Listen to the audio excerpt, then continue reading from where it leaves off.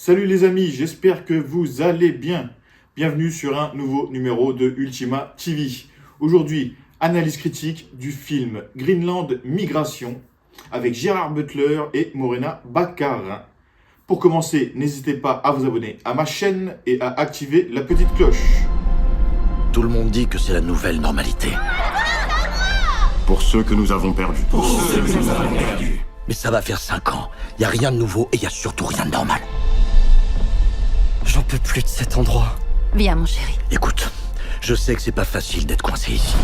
Greenland Migration, donc c'est une suite au film Greenland, voilà, avec Gérard Butler et Morena Baccarin. Donc je vais vous donner mon analyse critique de cette suite, qui est plutôt pas mal. Je ne l'ai pas trouvé si mauvais que ça. Voilà, pour ma part, c'est une suite simple et efficace. Elle est plus basée sur l'action que les émotions par rapport au premier film. J'ai vraiment adoré le premier film. Donc pour le second film, c'est un film plus post-apocalypse, j'ai envie de dire. Alors, est-ce qu'on tient le plus gros bid pour 2026 ? Je sais pas. Pour ma part, le film, malheureusement, est bien parti pour. Malgré ça, j'ai bien aimé. C'est dommage, hein, le film, niveau box-office, c'est un échec. Mais le film n'est pas mauvais, les gars. C'est vraiment dommage. Le budget de ce second film a été estimé à plus de 90 millions de dollars. Il faut savoir que le premier film était sorti directement sur le marché de la VOD à cause de la pandémie. Il aurait dû sortir au cinéma le premier, mais non, malheureusement, il est sorti direct en VOD. Cette suite n'a rapporté que 16 millions de dollars au box-office pour le moment. Donc le film ne va pas rentrer dans ses frais, malheureusement. Et je pense que il va aller directement en VOD dans peu de temps. Alors cette suite est toujours réalisée par Rick Roman. L'histoire se déroule désormais dans un monde post-apocalypse. Le film garde un certain équilibre entre le pur spectacle et la dimension humaine. Alors, Greenland Migration, ça parle de quoi ? 5 ans après la catastrophe du premier film, donc il y a une comète qui s'est écrasée sur la Terre, la famille de John, sa femme et son fils, Nathan, qui est devenu ado maintenant, son fils, vit toujours dans un grand bunker souterrain au Groenland. Un jour, des secousses très fortes font s'effondrer tout le bunker.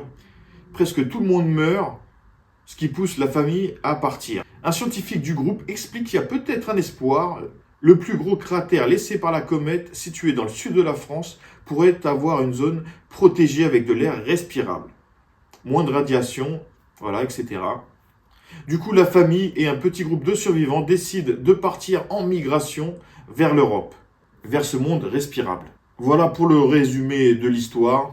Nos personnages sont dans un bunker. Ça se passe mal, ils décident de partir, d'aller en fait vers un autre endroit plus sain, plus respirable, d'où pourquoi le film s'appelle Migration. Cette suite est plus spectaculaire, je trouve qu'elle est axée sur l'action par rapport au premier. Il y a quelques faiblesses scénaristiques, c'est parfois assez simple, mais bon, le film il passe pour un film catastrophe, il n'y a pas à se casser la tête. Est-ce que les personnages ont évolué par rapport au premier film ? John, lui, il est toujours le papa protecteur. Allison, toujours cette maman qui veut aider tout le monde. Et Nathan, maintenant, il est devenu ado. Et je trouve qu'ils en ont oublié son diabète. Voilà, ça donnait des palpitations, le stress dans le premier film, cette histoire de diabète. Bon, dans ce second volet, ils ont un peu oublié son histoire de diabète, on va dire. Je trouve ça dommage. Bon, c'est un peu... Est-ce que c'est une erreur scénaristique ? Je ne sais pas.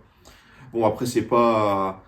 Ça fait pas non plus tout le film. Alors, le thème de ce second volet, c'est la survie en famille, le choix entre aider les autres ou se protéger soi-même. Les scènes d'action, je les trouve plutôt réussies, ça va, ça passe. C'est pas ouf, mais ça passe, franchement. Il y a des bons moments. Surtout, alors j'ai bien aimé le moment du pont. C'est des échelles qu'ils ont construites.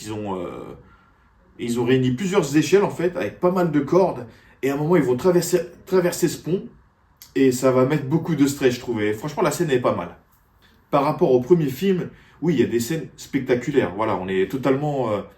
l'ambiance reste la même, mais il y a plus d'action que dans le premier, voilà. Le premier, on était plus axé sur les émotions. Dans le second, on a plus de cascades et d'action, et on a moins de moments touchants. D'ailleurs, les moments touchants dans le second volet, bah, ça sonne un peu forcé, mais bon. Alors, Gérard Butler, il est toujours aussi convaincant en Super Papa. Voilà, il reste toujours crédible. Il a ce côté un peu mec normal, papa normal, qui fait ce qu'il peut. Le scénario, malheureusement, lui donne des dialogues et des décisions parfois un peu bêtes. Mais bon, on va dire que ça peut passer. Donc pour Morena Baccarin, ça reste la maman qui veut aider tout le monde. Voilà, toujours présente, toujours dans les émotions. Alors je trouve que le film montre assez bien le monde après la catastrophe. Voilà, on y voit notamment pas mal de bunkers. Voilà, les militaires ils sont nerveux, il y a les pillards, il y a des tempêtes radioactives, des paysages dévastés. Voilà, c'est sombre, parfois un peu caricatural. On a du mal à croire que certains groupes soient encore aussi bien nourris et équipés 5 ans après l'apocalypse. Mais ça reste quand même crédible, je trouve. Les décors sont pas mal. Est-ce qu'il vaut le coup d'être vu par rapport au premier? Je dirais que oui, c'est une suite logique, voilà, c'est une suite simple, elle est efficace, comme j'ai dit tout à l'heure. Franchement, elle vaut le coup. Voilà, je donnerais 6,5 sur 5 au film, voire 7, je sais pas, 6,5 c'est pas mal, je trouve. Après, il est loin d'être plus fort que l'original. Franchement, j'ai quand même préféré le premier, voilà. Le second, on est toujours dans la même lancée, voilà, on est sur la même longueur d'onde que le premier, avec moins d'émotion. Je me répète, mais franchement, c'est un film à voir. Si vous avez aimé le premier, bah, ne loupez pas celui-là. Pour la morale de l'histoire, c'est de la survie, les gars. C'est du genre, on est ensemble, on va s'en sortir tous ensemble. Voilà, c'est le message que j'ai trouvé dans ce second volet, Greenland Migration. Donc j'espère que cette petite vidéo vous aura plu. N'hésitez pas à vous abonner à ma chaîne, à activer la petite cloche. Et je vous dis à bientôt pour de prochaines vidéos.